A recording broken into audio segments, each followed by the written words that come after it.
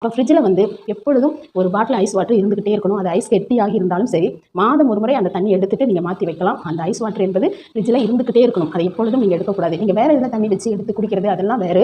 இது வந்து நிரந்தரமாக இருக்கணும். ஃப்ரிட்ஜில் ஐஸ் கட்டி உள்ள நீங்கள் ஃப்ரீசரில் போட்டு வச்சுருந்தா கூட இந்த வாட்டர் பாட்டிலில் ஒரு பாட்டில் தண்ணி நிரந்தரமாக உங்களுடைய ஃப்ரிட்ஜில் ஒரு முழுமையாக 1 லிட்டரோ 2 லிட்டரோ அதை நீங்கள் எடுக்கவே கூடாது. பயன்படுத்தாமல் வச்சுட்டு ஒரு மாதம் கழித்து அதை எடுத்து நீங்கள் சிங்கில் ஊற்றிட்டு பாட்டிலை நல்லா கழுவி திரும்ப அதே மாதிரி பிடிச்சி வச்சுருங்க. இது நிரந்தரம். ஃப்ரிட்ஜ் என்பதில் நிரந்தரமாக இருக்க வேண்டிய ஒரு நீர். அதனால் இது நீங்கள் செஞ்சு பாருங்கள். இது பல்வேறு நன்மைகள் இருக்குது. இந்த விஷயத்தினால நிறைய நன்மைகள் என்ன என்று சொல்ல முடியாத அளவுக்கு நன்மைகள் இருக்குது. இதனை நீங்கள் செய்து கொள்ளலாம். அப்புறம் ஃப்ரிட்ஜில் வந்து எப்பொழுதும் சாக்லேட் நிறைய வச்சு எடுக்கலாம். ஏன்னா இனிப்பு என்பது இருந்து கொண்டே இருந்தால் அந்த இடத்திற்கு நன்றாக இருக்கும். தென்மேற்கில் ஃப்ரிட்ஜ் வச்சு வடக்கு பார்த்து வச்சுட்டீங்க அப்படின்னா உள்ள ஒரு பாட்டில் தண்ணி நிரந்தரமாக இருக்கணும். அடுத்து சாக்லேட் நீங்கள் நிறைய வச்சு எடுக்கலாம். அடிக்கடி எடுத்துட்டு திரும்ப வைக்கலாம். அதுவும் அந்த வெள்ளிக்கிழமையில் மில்க், அதான் பால் போன்ற சாக்லேட் அதில் வச்சு எடுத்து நீங்கள் சாப்பிட்றதுனால ரொம்பவே நன்மைகள் இருக்கும். ஏன்னா இந்த ஃப்ரிட்ஜ் அப்படிங்கிறதுல இந்த விஷயம்லாம் நடந்தது அப்படின்னா ரொம்பவே நல்லாயிருக்கும்.